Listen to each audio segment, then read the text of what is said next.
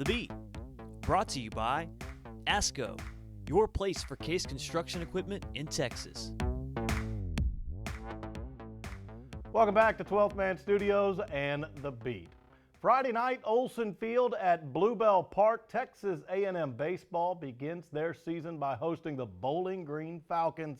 It's a three-game set, actually Friday, Saturday, and Sunday through the weekend. We have head coach Rob Childress with us in studio right now. And, Coach, it's kind of a long wait to get that season started. At least I know it is for players. I don't know how coaches look at it, but nonetheless, it's here starting this weekend. No, we're excited. The weather's supposed to be great, and we're looking forward to a great challenge and playing somebody in a different uniform. And Bowling Green's got a long history of success. Oral Hershiser pitched there, Roger McDowell, one of my mentors, Ed Stacy, my pitching coach, who also got his master's degree here at Texas A&M and coached me at Northwood, is a Bowling Green alum. So there's a lot of history there, and we played them in 1999 in a regional in Ohio State. So we're looking forward to the challenge this weekend. One of the things about your program, 99 wins the last 2 years. That puts you in the top 5 in the nation.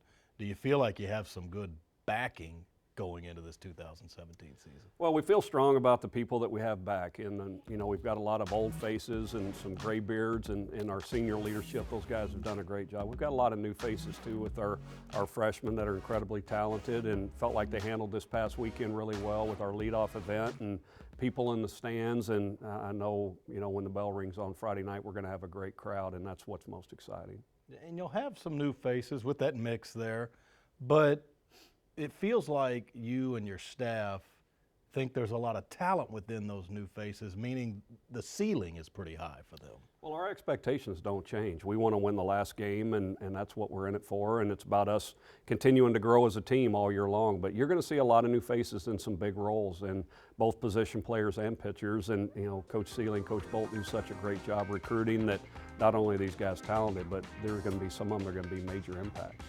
Pitching-wise, Brigham Hill returns, but it's almost like I mentioned with the team with a lot of other guys. Corbin Martin, Mitchell Kilkenny, Stephen Kolick, Turner Larkins. High ceilings with a lot of other guys on the mound. We've got a lot of talented guys, and it's time for those guys to take a step forward. And it's a good feeling going into any season having your number one back. And Brigham was, special for the season for us last year. He's had a great fall and has led from the front in everything that we do. And, we certainly got quite a few others that are just like Brigham, and they're going to be at the front of our pitching staff.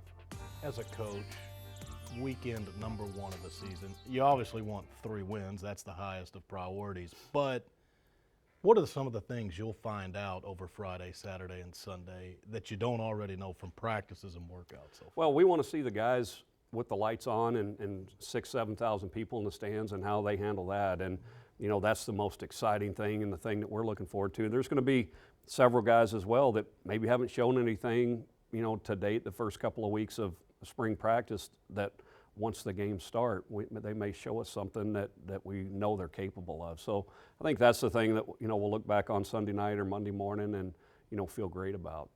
We will feature some of these newcomers and new faces in our next segment, but do you think on Friday night there might be a little calming of some nerves with some guys stepping to Olson Field at Bluebell Park for the first time? Well, I think once the bell rings and the game starts, that's what we need to have happen and let the game start. And once the game starts, that's going to take care of itself. But up until then, there'll probably going to be some butterflies. I know I'm going to have them. I still get them. And when I stop getting them, it's time for me to do something else. And I know our coaches feel the same way, and our veterans do as well. They're looking forward to, a great crowd, a lot of energy, and a lot of excitement, and, for the first pitch to be thrown by Brigham Hill. Yeah, there's nothing like opening day, but you guys just had your leadoff event helping battle cancer last Saturday. We might see some new faces, but on a lot of these players, we're going to see some new hairdos as well. We're going to see a lot of clean-cut guys, man to man. I mean, in fact, all of our coaches, all of our players, all of our support staff, less our sports information director, they were all in and, got the haircuts to kind of say, this is the end of it. We raised over